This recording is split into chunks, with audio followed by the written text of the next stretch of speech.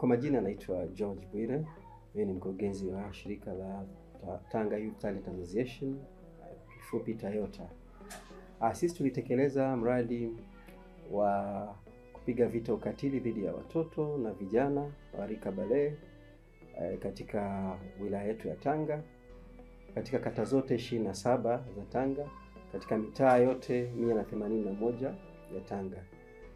Na lengo la mradi ilikuwa kwanza kujaribu kuweka mazingira salama kwa watoto na vijana katika jiji letu la Tanga, kwa sababu kwa miaka ya karibuni kumekuwa na visa vingi vya vijana na watoto kufanyiwa ukatili, ikiwemo vipigo vilivyopitiliza, ubakaji, ulawiti na madhila mengine ambayo watoto na vijana wamekuwa wanayapitia. Kwa hiyo Tanga yetu waliona umuhimu wa kuja na fursa hii ya kuweza kupata mshirika aweze kutekeleza mradi huu, na sisi tulitekeleza kwa kuambatana na jinsi Tanga yetu walivyokuwa wamepangilia mradi utekelezwe. Katika utekelezaji wetu wa mradi huu kuna maeneo kadhaa ambayo kwanza tulianza katika kwanza kupata zile taarifa za awali, tunaita baseline survey, ili kutaka kujua hali halisi ya Tanga kwa ukatili kwa watoto na vijana wa rika bale Tanga kwa kipindi hicho. Na tulifanikiwa kufanya hiyo, tukaweza kupata zile taarifa za awali kwa kuhusisha pia kutaka kujua watoto wenyewe wakawa washiriki katika kutoa taarifa, lakini jeshi la polisi pia tukaenda pia katika vituo vya afya na hospitalini kuweza kupata pia zile takwimu na hali halisi ilivyo, lakini pia mashuleni kuweza kuwahoji pia watoto na walimu, na pia kwenye sehemu za ibada, sababu pia masuala ya ukatili pia yamekuwa yanaripotiwa zaidi pia sehemu kama zile. Kwa hiyo baada ya kupata zile taarifa za awali, baseline survey yetu ambayo ilitupa sasa nafasi ya kuweza kujua sasa tuanzie wapi katika kutekeleza mradi huu, ili katika kuhakikisha kuwa watoto wanakuwa na mazingira salama ambayo wanaepukana na masuala ya ukatili. Ikawa kwanza kabisa tukaona ni muhimu kuanza kuwashirikisha wazazi, kwanza kutoa kampeni za kwenda kuwalenga wazazi na walezi, kwa sababu wazazi na walezi wengi katika masuala ya malezi yamekuwa hafifu kidogo katika wilaya yetu ya Tanga, na ufuatiliaji wa watoto umekuwa kama vile wazazi wameacha yale majukumu ya msingi. Lakini pia zaidi unakuta kuwa mtoto labda anafanyiwa ukatili, kwa sababu mara nyingi watoto wanaofanyiwa ukatili wanafanyiwa na ndugu wa karibu, aidha ni baba mzazi au mama, ndugu wa karibu labda wa baba, ndugu wa karibu wa mama, mjomba. Lakini sasa kwa sababu ya tamaduni zilizojijenga, watu wanakuwa hawatoi taarifa, lakini labda mtoto amefanyiwa au kijana amefanyiwa ukatili, watu wanaamua kumalizana, labda kwa sababu wanaona ni fedheha kwa familia, yani kujulikana kuwa mtoto huyu alifanyiwa na mjomba wake au na baba yake au baba mdogo au mkubwa, kwa hiyo wanaficha. Lakini pia wengine wanafanyiana kwa watu wa karibu, lakini wanamalizana kwa sababu wanachukua kama fursa ya kuweza kupata fedha. Kwa hiyo wanaona hiyo ni nafasi yao ya kuweza kutoka kimaisha. Kwa hiyo wanatumia ile nafasi kumtishia yule bwana ambaye amefanya ukatili ya kuwa ataka kumpeleka mahakamani, lakini ili waweze kupata fedha. Na wakishapata fedha basi, kwa hiyo ilikuwa ni nafasi yetu ya kuifikia jamii ili kuweza kuwahamasisha waache vitendo hivyo, watambue kuwa wana jukumu kubwa la malezi ya watoto wao, lakini kwa ulinzi na usalama wa watoto wao, na wasikubali kabisa kumalizana ili kwa sababu ya kulinda maslahi yao, na waweze kutoa ripoti ili mtu ambaye alifanya ukatili kwa mtoto au kwa kijana wa rika bale aweze kuhukumiwa kwa mujibu wa sheria. Baada ya hapo pia tulipata fursa ya kuweza pia kutoa elimu kwa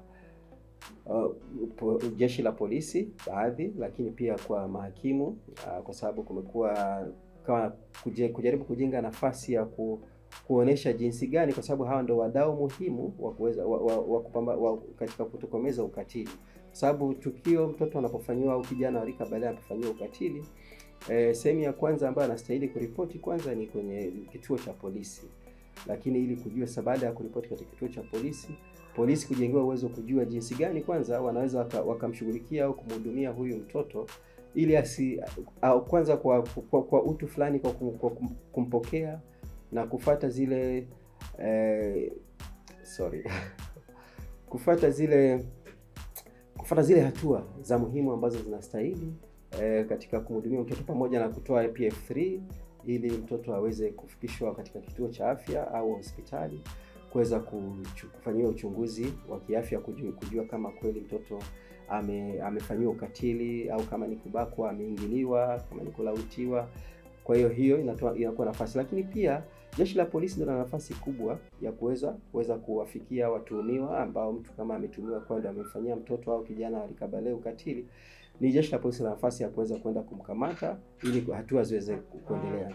Lakini pia na mahakama zetu, kwa sababu pia kulikuwa na miaka ya nyuma watu wengine wanalalamika, mbona kesi hii mtu amebakwa, mtu amefanyiwa hiki, amelawitiwa, lakini kesi imefika mahakamani, lakini imeachiwa tu kwa sababu zingine ambazo wengine wanasema kama vile hazieleweki. Labda tukaona ni muhimu sana kuwa na hawa wadau, kuwalenga, kujua kabisa, kuhamasisha kwanza wavae sura ya kama wazazi wao wenyewe, lakini kujua wao wanawezaje kushiriki katika mapambano haya kwa sababu ya nafasi zao.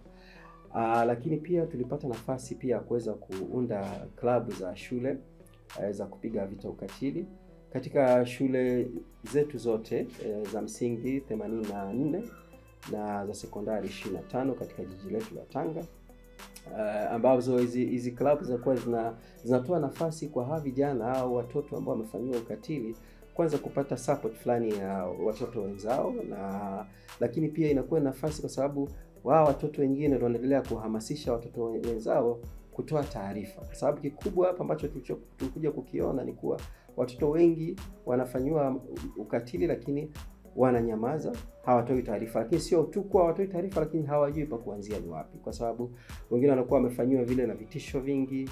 Sasa inakuwa ni wanakosa jinsi ya kwenda. Lakini pia kuwajengea uwezo katika kupitia hizo klabu, waanze kujua kwanza ukatili ni nini, kwa sababu wengine mtu anaguswa sehemu ambayo haistahili kuguswa, lakini hajui kumbe kufanywa kitu kama kile ni ukatili. Kwa hiyo tukawa pia kujenga uwezo wao, kwanza kuwaelewesha hao watoto lakini na vijana, yani matendo yapi ni viashiria vya ukatili, lakini zaidi yote kuwaelewesha kuhusu aina za ukatili zilizopo, lakini hatua zipi wanastahili wachukue baada ya kufanyia ukatili. Na tulipokuja tena kwa wazazi pia kwenye mafunzo lakini kampeni yetu ya kujaribu kupambana na ukatili kwa kupitia kuwaelimisha wazazi, tutakuja kwa sababu tulikuja kuona kwa kesi nyingi zinaisha zinapotea kwa sababu ya kukosa ushahidi, kwa sababu unajua labda mtoto amefanyiwa ukatili, lakini sasa ili uweze kuthibitisha mahakamani, unajua kuna kazi ngumu kuthibitisha mahakamani ya kwa mtoto amefanyiwa ukatili. Kwa mfano labda amebakwa au amelawitiwa, lakini unakuta sasa mtoto amefanyiwa vile, mzazi atamsafisha, labda atamuogesha, atamnawisha. Kwa hiyo vile vichembe vya ushahidi ambavyo vingekuepo vinapotea. Sasa kwanza kuwafundisha kwa kwanza, unapohisi au unapoona mtoto wako amefanyiwa ukatili, hatua zipi za kuchukua?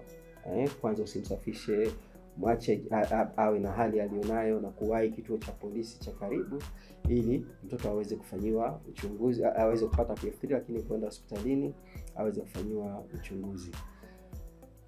Zaidi hapo pia tuliweza kulenga vijana, sababu kama mnavyojua vijana wamekuwa wanajishirikisha katika miaka ya nyuma kidogo. Kulikuwa na masuala ya panyarodi, lakini kuangalia vijana hawa changamoto yao nini. Wengine ndio wavuta bangi, wanakaa maskani, kuweza kuwafikia kwa sababu wao ndio pia wanaongoza nao kuwafanyia ukatili vijana wenzao.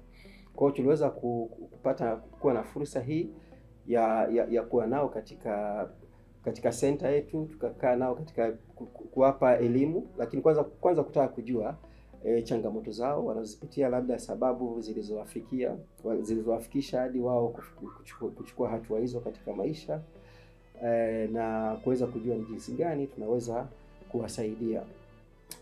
Na tulifanikiwa kwa kiasi kikubwa kuweza kupata fursa ya kuwasaidia hawa vijana na kuwapa mafunzo, na wengine ambao walikuwa wanatumia dawa za kulevya tukawaunganisha mashirika ambayo yanasaidia katika watoto kuacha tabia za matumizi ya dawa za kulevya ili waendelee kuwa raia wema katika jamii zetu. Katika kutekeleza mradi, of course tumekumbana na masuala hayo ya kuona bado jamii zetu zimeshikilia mila fulani ambazo tunaweza kusema kwa ni mila potofu, ambazo ni mila ambazo zimeshapitwa na wakati. Na mojawapo pia ni masuala ya kuwaozesha watoto mabinti wakiwa wadogo sana. Na kuna shule kama kadhaa 2-3 tulienda, ambapo kwanza kwa specific shule moja tulikuta watoto wa kike, walimu wakatuambia watoto wa kike walikuwa darasa la 7, watoto 22 wameambiwa na wazazi wao wajifailishe tu mtihani, posa zao zishapokelewa, ili wakifeli mitihani hawataweza kuendelea na shule bila shaka, ili waweze kuozeshwa. Kwa mila kama hizi za kuwaozesha watoto katika umri mdogo, lakini pia kuna maeneo ambayo pia tumeenda tuwakuta watoto wanaanza kuwekwa yale mambo ya unyago katika umri mdogo sana. Watoto wamekusanywa sehemu miaka 9, miaka 10, 11, wanaanza kufundishwa mambo ya kiutu uzima. Sasa unakuwa katika hali kama hii ya kuwafundisha watoto mambo haya, unakuwa umeshamtoa kabisa, maana akitoka pale sasa ameshapata ile anataka, yupo tayari kutaka kujaribu. Kwa hiyo kuna na mambo mengi ambayo yamekuwa ni ya mila potofu. Kwa hiyo tulijaribu kupambana na hayo. Of course sio kuonekana kwa tunaingilia zaidi mila za watu, lakini kujaribu kuelimisha jamii ya kuangalia mila hii kweli inafaa katika miaka hii tulionayo, lakini inachangia vipi katika kuharibu hawa watoto, kwa sababu mwisho wa siku wanakosa nafasi, wanakosa maisha, wanashindwa kujiendeleza kimaisha.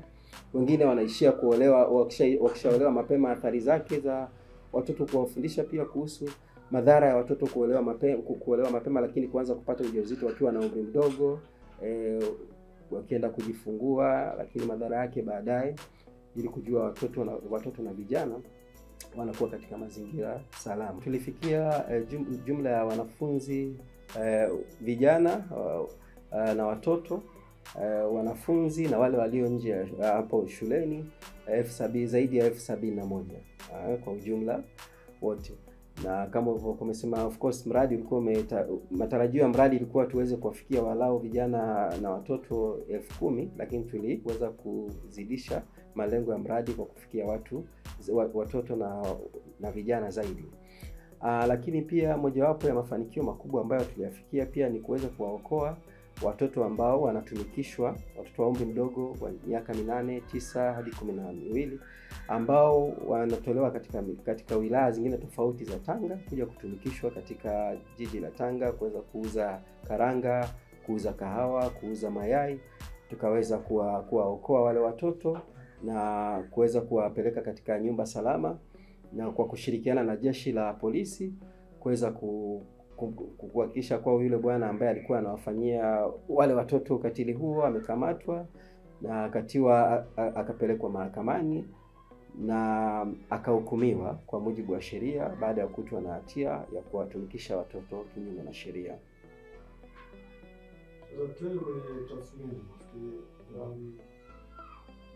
Utekelezaji wa mradi utana changamoto mmezitatua, mmeelimisha watu na kila kitu.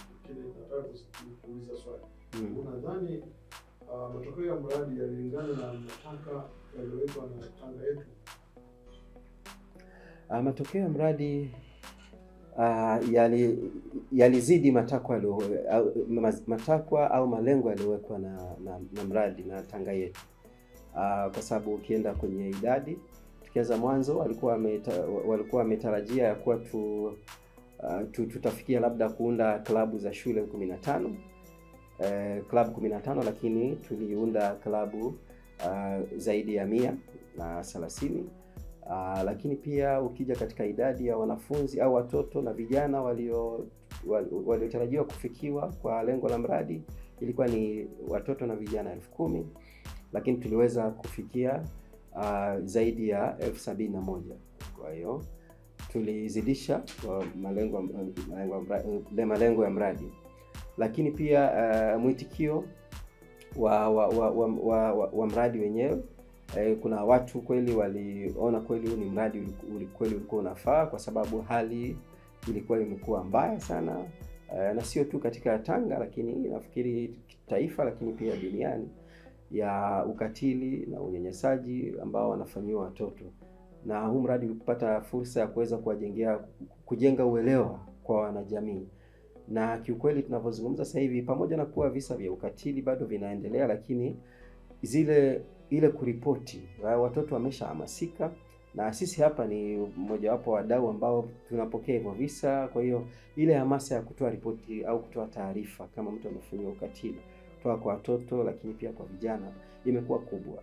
Kwa hiyo yani hii inaonyesha waziwazi ya kuwa mradi umekuwa na mafanikio makubwa wa kuweza kuhakikisha kuwa hawa watoto au hawa vijana wanapofanyiwa ukatili wanaweza kufika katika sehemu husika kuweza kutoa taarifa, ili yule aliyowafanyia ukatili aweze kushughulikiwa kwa mujibu wa sheria. Mradi huu wa kupiga vita kupambana na ukatili dhidi ya watoto na vijana Likabale ni mradi ambao kwanza, kama zungumza pia kuhusu masuala ya tamaduni ambazo zimepitwa na wakati, mila na tamaduni zilizopitwa na wakati. Sasa kumbadilisha mtu labda kwa sababu ashazoea mila zao fulani, au kubadilisha tabia ambazo zimeshazoeleka kwa watu kama hizo za kwenda kuwafanyia watoto vitu ambavyo wamezoea kufanyia, ni sio swala la siku 2, 3 au miezi 6. Na mradi wa aina hii sisi tulifanya mradi huu kwa miezi 6, kwa sababu ilikuwa ni mradi ambao miezi 6 hii ilikuwa itumike tu labda kwanza kuweza kujaribu kuleta hamasa, pamoja na kuwa sasa ambacho ningependekeza zaidi kwa Innovex, mradi kama huu ambao unalenga kubadili tabia za watu, unalenga kubadili mienendo, mitazamo ya watu, ili katika kuimarisha ulinzi na usalama wa watoto, muda uwe mrefu kidogo. Nafikiri miaka 2, 3 itafaa zaidi kuliko kuwa na muda mchache, kwa sababu kunakuwa na ule muda kwanza wa kuweza kuendelea kutoa ile hamasa, kuweza kuanza kuingilia, kwa sababu unapoanza kutekeleza miradi hii kama hii inayolenga tabia, kwanza kupokewa na jamii. Jamii inakuchukuliaje, ili kupata ule kupokelewa na jamii kuanza kuelewa, na ni mabadiliko ambayo yanachukua muda. Waingereza wanasema gradual. Kwa hiyo ni sio kitu ya kuwa unaweza ukalenga leo, baada ya miezi 2, miezi 3 uone mabadiliko yameshaanza kutokea. Kwa hiyo ni mradi ambao utekelezaji wake unahitaji muda, lakini mradi pamoja na miradi yote mingine ambayo Innovex tasimamia chini ya Tanga yetu, huu ni mradi ambao haustahili kusimama hata siku moja, kwa sababu vitendo vya ukatili vinafanyika. Hata dakika hii tunavyozungumza, vitendo vya ukatili wanafanyiwa vijana, vitendo vya ukatili wanafanyiwa watoto. Kwa hiyo ni mradi ambao unastahili kuwa endelevu, kwa sababu ni mradi ambao unalenga kubadili tabia za watu. Mashirikiano na serikali katika kutekeleza mradi wa aina hii ni muhimu sana, na ni sharti, kwa sababu mwisho wa siku jukumu kubwa la kuhakikisha ulinzi na usalama wa watoto na vijana ni jukumu la serikali. Lakini sisi wadau pamoja na Tanga yetu wanapokuja wanasema wanataka kuangalia ili kuboresha mazingira ya vijana na watoto, wanakuja kuisupport serikali katika kutekeleza majukumu yake. Lakini na hata hivyo sisi tukishatekeleza, Tanga yetu kishatekeleza, inabaki ni jukumu la serikali kuweza kuhakikisha kuwa hayo yalianza kutekelezwa yanafikia mwisho, na kweli hali inaimarika ya usalama na ulinzi wa watoto. Kwa hiyo na serikali kuzungumzia halmashauri yetu ya jiji, lakini na serikali kuu kuanzia ofisi ya mkuu wa wilaya ilitoa ushirikiano mkubwa sana katika utekelezaji wa mradi huu na ufuatiliaji, na ndio maana wakati tumepata kesi kama hizo ambazo unakuta tumepata taarifa ya kuwa kuna watoto wamefanyiwa ukatili, watoto wamewekwa unyago wadogo sehemu fulani, kupata ushirikiano hata kumpigia mkuu wa wilaya kuomba msaada wake na kutuma gari kuja kuwakamata na polisi kuja kuwakamata wale watu ambao wanawafanyia vile. Kwa hiyo ni serikali imekuwa na mchango mkubwa pia na ushirikiano mkubwa katika kuhakikisha kuwa ina support mradi kufikia malengo yake. Ninaweza kusema kuwa kwa mtazamo, kwa kuwa nimeshatekeleza mradi huu na bado naendelea kutekeleza katika nyanja tofauti nje ya Tanga yetu. Haya mambo yanatokea sana, na ninavyozungumza juzi tuna kesi tu tumewasilisha mahakamani pia ya mtoto ambaye amefanyiwa ukatili mwezi uliopita, mtoto mdogo sana wa miaka 8, na wapo wengi ambao wanafanyiwa, lakini labda kwa sababu hatuwezi kuwafikia wote. Kwa hiyo watoto wanapitia changamoto, watoto na vijana wa rika bale wanapitia changamoto nyingi. Wengine kwa sababu ya hali za umaskini wanakubali kufanyiwa vitu vya madhila hayo au vitu vya ajabu kwa sababu hawana jinsi. Lakini pia kuangalia pia sehemu ya kupiga zaidi au kuhakikisha kwa tunaimarisha ni kuendelea kutoa elimu kwa wazazi na walezi, kurudia majukumu yao yale ya msingi ya malezi ya watoto wao. Mojawapo ya changamoto kubwa ambazo tumekutana nazo ni katika hospitali yetu kukosa fungu au nafasi ya kuweza kuwahudumia watoto au vijana ambao wamefanyiwa ukatili, aidha kubakwa au kulawitiwa au ukatili wa aina yote, kuweza kupata vipimo bila kutoa malipo. Na hii imekuwa ni changamoto kubwa ambayo sisi kama wadau tumeiona, na hatuwezi kusema ya kuwa tutakuwa na fedha muda wote wa kuweza kutoa kwa sababu ya kuweza kuhakikisha hawa waliofanyiwa ukatili wanaweza kuhudumiwa, kupata vipimo ili waweze kubaini kama wamefanyiwa ukatili, ambao ushahidi ambao utaweza kutumika mahakamani. Na hili ni swala ambalo kwa sababu unakuta wazazi wengine wanashindwa kuja, mtoto amefanyiwa ukatili lakini anajua tayari hata akishafika polisi, haya anapewa PF3, nenda basi mpeleke mtoto hospitalini aende akafanyiwe vipimo. Na yule mtoto mzazi anajua kabisa yeye, kwanza mzazi mwenyewe yeye hali yake yenyewe ni ya umaskini, anafika pale hospitalini anaambiwa 12,000 za kufanya vipimo vya mtoto. Sasa wazazi wengine wanaona tu basi ameshafanywa ukatili, anamnawisha tu basi alafu anaachana naye.